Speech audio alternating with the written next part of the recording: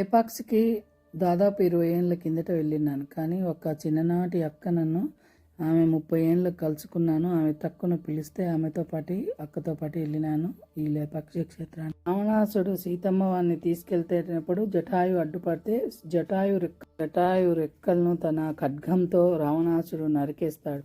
అప్పుడు జటాయు కింద పడిపోతారు. రామచంద్రమూర్తి సీతమ్మ వారిని వెతుక్కుంటా ఈ ప్రాంతానికి వచ్చినప్పుడు ఈ జటాయు చెప్తుంది, ఇలా ఎత్తుకపోయినారు ఈ దారిలో అంటే సరేని జటాయుకు స్వామిని సంస్కరించి మోక్షాన్ని ప్రసాదిస్తాడు. లేపక్షి అంటాడు కాబట్టి లేపాక్షి అయింది ఈ ప్రాంతము.